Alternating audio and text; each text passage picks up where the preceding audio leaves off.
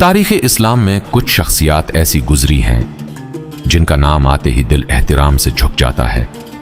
ایک ایسی شخصیت جن کے آنے سے اسلام کو طاقت ملی، جن کے انصاف نے دنیا کو حیران کر دیا اور جن کی بہادری سے بڑے بڑے ظالم کانپ اٹھتے تھے۔ وہ ہستی جن کے بارے میں نبی کریم صلی اللہ علیہ وسلم نے فرمایا کہ اگر میرے بعد کوئی نبی ہوتا تو عمر ہوتے۔ جی ہاں، آج ہم بات کریں گے امیر المؤمنین حضرت عمر بن الخطاب رضی اللہ تعالی عنہ کی، ان کی زندگی کے وہ حیران کن واقعات جنہیں سن کر ایمان تازہ ہو جاتا ہے اور دل چاہتا ہے کہ کاش آج بھی دنیا میں ایسا انصاف موجود ہوتا۔ حضرت عمر فاروق رضی اللہ تعالی عنہ قبیلہ قریش کے معزز خاندان بنو عدی سے تعلق رکھتے تھے۔ آپ رضی اللہ تعالی عنہ کا شمار عرب کے طاقتور، بہادر اور ذہین لوگوں میں ہوتا تھا۔ زمانہ جاہلیت میں عرب کے لوگ طاقت اور قبیلے پر فخر کرتے تھے اور حضرت عمر فاروق رضی اللہ تعالی عنہ اپنی بہادری، لمبے قد، مضبوط جسم اور بہترین فیصلوں کی وجہ سے مشہور تھے۔ آپ رضی اللہ تعالی عنہ کو پڑھنا لکھنا بھی آتا تھا، جبکہ اس زمانے میں بہت کم لوگ تعلیم یافتہ تھے۔ لوگ آپ رضی اللہ تعالی عنہ کی شخصیت سے خوف بھی کھاتے تھے اور عزت بھی کرتے تھے، لیکن اس وقت تک حضرت عمر فاروق رضی اللہ تعالی عنہ اسلام کے سخت مخالف تھے۔ آپ رضی اللہ تعالی عنہ سمجھتے تھے کہ اسلام عرب کی پرانی روایات کو ختم کر دے گا، مگر اللہ تعالی نے اس مضبوط انسان کو اسلام کی خدمت کے لیے چن رکھا تھا۔ یہ وہ لمحہ تھا جس نے اسلامی تاریخ بدل دی۔ ایک دن حضرت عمر فاروق رضی اللہ تعالی عنہ سخت غصے میں تلوار لے کر نکلے۔ ارادہ یہ تھا کہ نعوذ باللہ رسول اللہ صلی اللہ علیہ وسلم کو شہید کر دیا جائے۔ راستے میں ایک شخص ملا، اس نے کہا، عمر، پہلے اپنے گھر کی فکر کرو، تمہاری بہن اور بہنوئی مسلمان ہو چکے ہیں۔ یہ سن کر حضرت عمر فاروق رضی اللہ تعالی عنہ غصے سے اپنی بہن کے گھر پہنچے۔ اندر سے قرآن پاک کی تلاوت کی آواز آ رہی تھی۔ حضرت عمر فاروق رضی اللہ تعالی عنہ نے غصے میں دروازہ کھولا اور بہنوئی سے سختی کی۔ اس دوران آپ رضی اللہ تعالی عنہ کی بہن بھی زخمی ہو گئیں۔ پھر حضرت عمر فاروق رضی اللہ تعالی عنہ کی نظر قرآن پاک کے اوراق پر پڑی۔ آپ رضی اللہ تعالی عنہ نے کہا، مجھے یہ پڑھنے دو۔ جب سورۃ طہ کی آیات آپ رضی اللہ تعالی عنہ نے پڑھیں تو دل نرم ہو گیا، آنکھوں سے آنسو جاری ہو گئے، اور پھر وہی عمر جو اسلام ختم کرنے نکلے تھے رسول اللہ صلی اللہ علیہ وسلم کے قدموں میں پہنچ گئے۔ نبی کریم صلی اللہ علیہ وسلم نے دعا فرمائی تھی، یا اللہ، اسلام کو عمر بن خطاب کے ذریعے عزت عطا فرما۔ اور پھر حضرت عمر فاروق رضی اللہ تعالی عنہ اسلام لے آئے۔ اس دن مسلمانوں نے پہلی بار کھل کر خوشی منائی۔ حضرت عمر فاروق رضی اللہ تعالی عنہ کے اسلام قبول کرنے کے بعد مسلمانوں کو نئی طاقت ملی۔ پہلے مسلمان چھپ کر عبادت کرتے تھے، لیکن اب حضرت عمر فاروق رضی اللہ تعالی عنہ نے اعلان کیا کہ اسلام کو چھپایا نہیں جائے گا۔ آپ رضی اللہ تعالی عنہ نے کعبہ کے سامنے کھڑے ہو کر نماز ادا کی۔ کفار حیران تھے، کیونکہ عمر رضی اللہ تعالی عنہ جیسا بہادر شخص اب اسلام کے ساتھ کھڑا تھا۔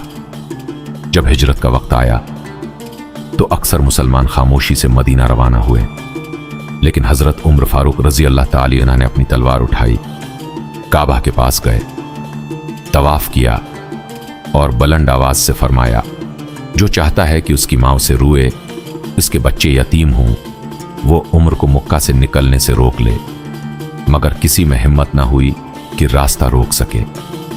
یہ تھی حضرت عمر فاروق رضی اللہ تعالی عنہ کی جرأت۔ حضرت عمر فاروق رضی اللہ تعالی عنہ رسول اللہ صلی اللہ علیہ وسلم سے بے حد محبت کرتے تھے۔ آپ رضی اللہ تعالی عنہ ہر مشکل وقت میں نبی کریم صلی اللہ علیہ وسلم کے ساتھ کھڑے رہے، غزوات میں حصہ لیا، اسلام کی حفاظت کی اور ہر حکم پر فوراً عمل کیا۔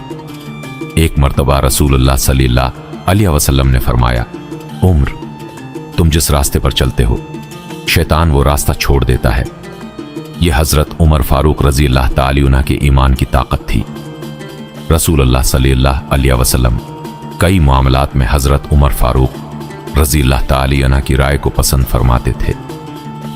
یہاں تک کہ بعض مواقع پر قرآن پاک کی آیات بھی حضرت عمر فاروق رضی اللہ تعالی عنہ کی رائے کے مطابق نازل ہوئیں۔ حضرت ابو بکر صدیق رضی اللہ تعالی عنہ کے بعد حضرت عمر فاروق رضی اللہ تعالی عنہ مسلمانوں کے خلیفہ بنے۔ یہ اسلامی تاریخ کا سنہری دور تھا۔ آپ رضی اللہ تعالی عنہ کے دور میں شام، مصر، عراق اور فارس جیسے عظیم علاقے اسلامی حکومت میں شامل ہوئے، لیکن حیرت انگیز بات یہ تھی کہ اتنی بڑی سلطنت کا حکمران انتہائی سادہ زندگی گزارتا تھا، نہ بڑے محل، نہ شاہی لباس۔ حضرت عمر فاروق رضی اللہ تعالی عنہ عام کپڑے پہنتے اور اکثر زمین پر آرام کرتے تھے۔ ایک مرتبہ ایک غیر مسلم سفیر مدینہ آیا۔ اس نے پوچھا، تمہارا بادشاہ کہاں ہے؟ لوگوں نے بتایا، وہ درخت کے نیچے آرام کر رہے ہیں۔ سفیر حیران رہ گیا اور کہنے لگا، یہی وجہ ہے کہ تم لوگوں نے دنیا فتح کی۔ حضرت عمر فاروق رضی اللہ تعالی عنہ کا انصاف پوری دنیا میں مشہور تھا۔ ایک مرتبہ مصر کے گورنر کے بیٹے نے ایک عام شخص کو مارا اور غرور سے کہا، میں بڑے خاندان سے ہوں۔ وہ شخص مدینہ پہنچا اور حضرت عمر فاروق رضی اللہ تعالی عنہ سے انصاف مانگا۔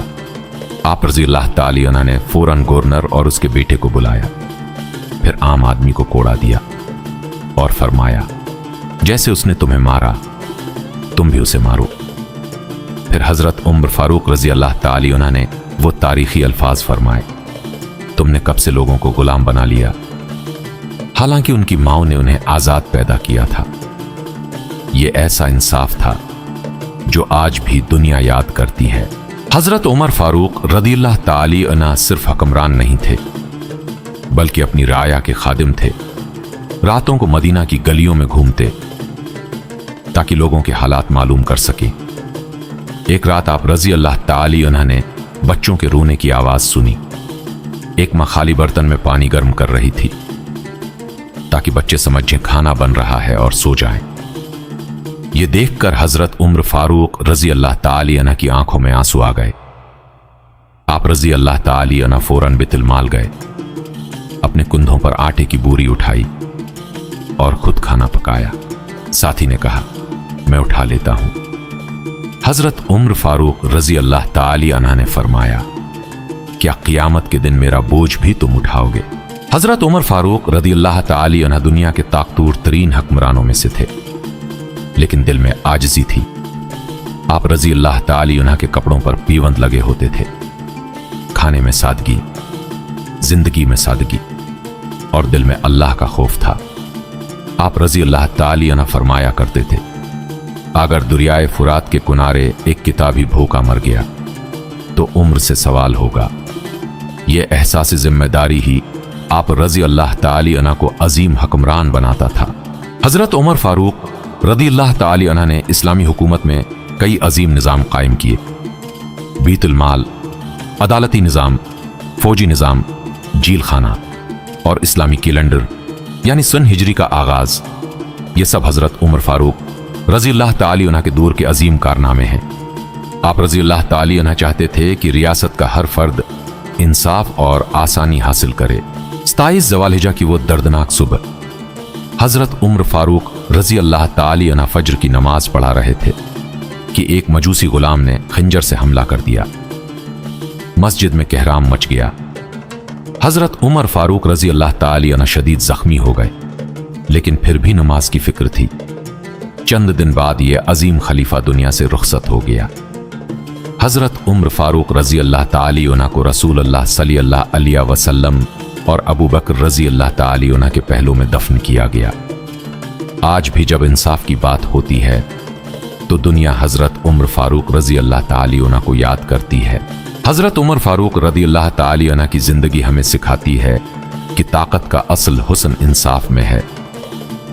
حکمرانی کا اصل مقصد عوام کی خدمت ہے اور ایک مسلمان کی اصل کامیابی اللہ تعالی کے خوف میں ہے۔